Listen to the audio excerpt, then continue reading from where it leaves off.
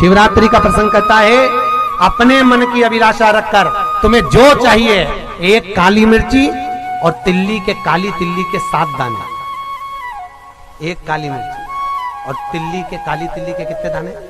7 दाने हथेली में रखकर अपनी कामना कर कर मन से अपने मन की बात को कहकर शंकर भगवान के शिवलिंग पर चढ़ा दीजिए। आपकी मनोकामना, कहते हैं हर महीने शिवरात्रि आती है, इस शिवरात्रि पर, मुख्य शिवरात्रि पर चढ़ाओगे, अगले महीने की जब शिवरात्रि आएगी तो आपकी मनोकामना पूरी हो जाएगी। एक काली मिर्ची और 7 काली तिल्ली के दाने, मात्र 7। महाराज, जिसके घर में क्लेश रहता हो, बहुत ज्यादा लड़ाई झगड़े हो रहे हैं, सास बहू के झगड़े, ना बहू कुछ सुनने को तैयार ना सास सुनने को तैयार, और घर में बेचारे पुरुषों की आफत, यहाँ भाई भाई झगड़ रहे हो, सास बहुएं झगड़ रही हो, कुछ मत करिए। गेहूं की बाली को तोड़ो। गेहूं की बाली जानते ना, जिसमें आप लोग तो गेहूं की बाली को तोड़ना है, और बाली 7 बाली तोड़कर अपने घर में घुमाकर अपने घर का नाम और गोत्र बोलकर उसको शंकर को समर्पित कर दीजिए। जिंदगी में कभी सास बहू का झगड़ा नहीं होगा महाराज। शिवरात्रि के दिन उसको समर्पित करिए, आपके घर में कभी क्लेश नहीं बच सकता। और शिवरात्रि के दिन रात्रि को 12 बजे शंकर भगवान पर एक धतूरा चढ़ा दो। क्या चढ़ाना है? जम के बोलिए जरा। धतूरा। ये शंकर भगवान को धतूरा चढ़ा दो। 12 बजे रात्रि को शिव जी पे धतूरा चढ़ाओ। आधे घंटे तक धतूरा चढ़े रहने दो और आप श्री शिवाय नमस्तुभ्यम का जाप करो। जिस शंकर जी पे धतूरा चढ़ाए उस मंदिर के बाहर बैठकर कौन सा मंत्र जपना है? श्री शिवाय नमस्तुभ्यम। फिर से बोलो, श्री शिवाय नमस्तुभ्यम। धतूरा चढ़ाकर श्री शिवाय नमस्तुभ्यम का स्मरण करिए। और जो दुकान नहीं चलती हो, घर में लक्ष्मी नहीं टिकती हो, खेत में फसल अच्छी नहीं आती हो, संपदा नहीं आ रही हो, बस उस धतूरे को लाल वस्त्र में बांधकर अपनी दुकान में, अपने व्यापार में, अपने घर में रात को 12:30 बजे उठाकर लाओ और 4 बजे के पहले उसको अपनी दुकान, व्यापार, व्यवसाय में उसको बांध दीजिए।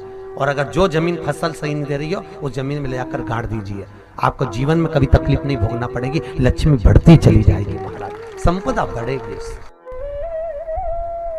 जो व्यक्ति ज्यादा बीमार रहता हो, बहुत बीमारी उसको घेरे रहती हो, परेशान रह रहा हो, बीमारी बनी हुई है, तो बोर चढ़ाइए। बेर, क्या बोलते हैं यहाँ पर? बेर की बोर, वो खाने वाला बेर जो होता है, उस बेर को 7 बेर ले लो और 7 बेर को लेकर अपने ऊपर से घुमाकर शिवरात्रि की दोपहर के 12 बजे शंकर भगवान के शिवलिंग पर ले जाकर उस बेर को चढ़ा दीजिए।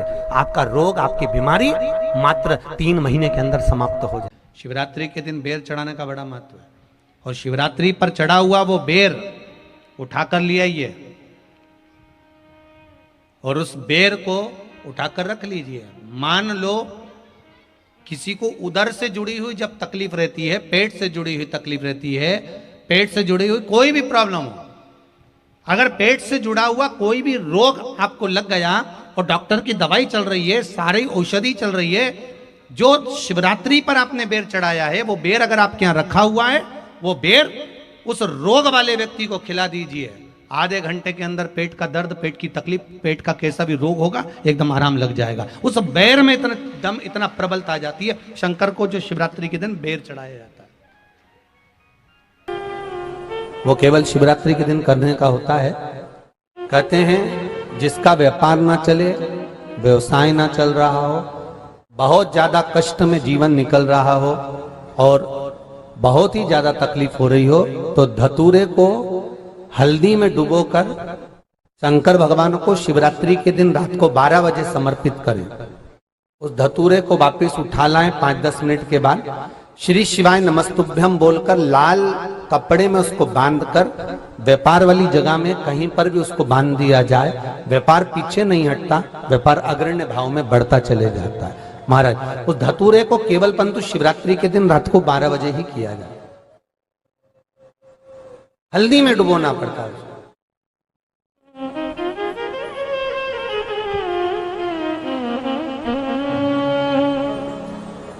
यही प्रमाण एक क्रम में और है महाराज जी। लिंग पुराण कहती है, मान लो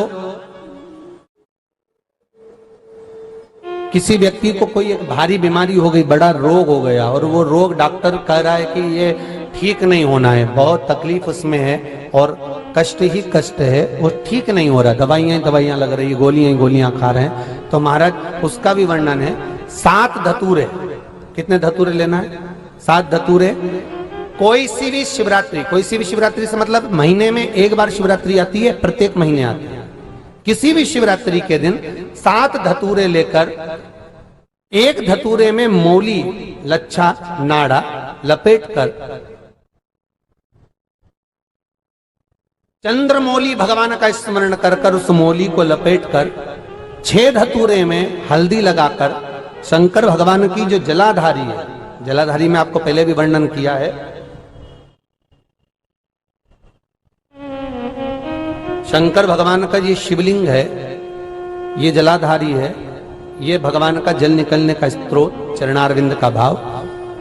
शिवलिंग जहां रखा हुआ है, ये पार्वती जी का हस्त कमल है, जो ये गोल भाग है, ये पार्वती का हस्त कमल है, जहां शिवलिंग रखा है। जहां से जल नीचे गिरता है, उसके सीधे भाग में श्री गणेश जी महाराज का स्थान है, उसके उल्टे भाग में श्री कार्तिकेय जी का स्थान है।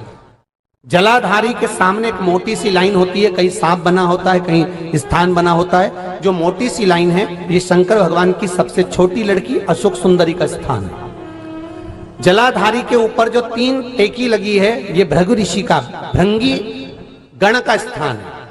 इसके ऊपर जो कलश है, कलश में जो पानी भरा जाता है, वो पानी जो बूंद बूंद नीचे गिरता है, ये शंकर भगवान की 5 लड़कियों का स्थान है। जया, विषहरा, सामरीबारी, धोतली और देव, ये 5 लड़कियों का स्थान है। शंकर भगवान का संपूर्ण परिवार शिवलिंग के सामने से, जहां से जल चालू होता है गिरने के लिए, नीचे की ओर जब जल जाता है, उस स्थान पर भगवान शंकर के सारे गणों का स्थान है। फिर जब जल बहकर सामने की ओर जाता है, जितनी दूर तक जल जाता है, उतनी दूर तक भगवान शंकर के उस जल भाग को ग्रहण करने के लिए 33 कोटि देवताओं का स्थान है। इसलिए उस जल को हम लांघते नहीं है, क्योंकि वहां 33 कोटि देवता विराजमान रहते हैं महाराज। तो जो बीमारी डॉक्टर ने बता दी और बहुत बड़ा रोग हो गया और शरीर में कष्ट है, ठीक नहीं हो रहा, चाहे लीवर से जुड़ा हो, चाहे किडनी से जुड़ा हो, चाहे कैंसर से जुड़ा हो, और मान लो शरीर में कहीं गांठ भी हो गई है और वो मिटी नहीं रही हो, तो महाराज निवेदन है 7 धतूरे, एक धतूरे पर मौली लपेटकर वो शंकर जी के शिवलिंग के ऊपर चढ़ाना। 6 धतूरे, उसमें से एक धतूरा भगवान श्री गणेश जी का स्थान, दूसरा धतूरा श्री कार्तिकेय जी का स्थान, तीसरा धतूरा अशोक सुंदरी का स्थान। महाराज शंकर भगवान की जगदम्बा जी के हस्त कमल के ऊपर एक धतूरा, 5, एक धतूरा जहां से जल नीचे की ओर बहकर जा रहा हो, पानी जिस जगह से नीचे गिर रहा हो, बिल्कुल वहीं पर एक धतूरा चढ़ा दे।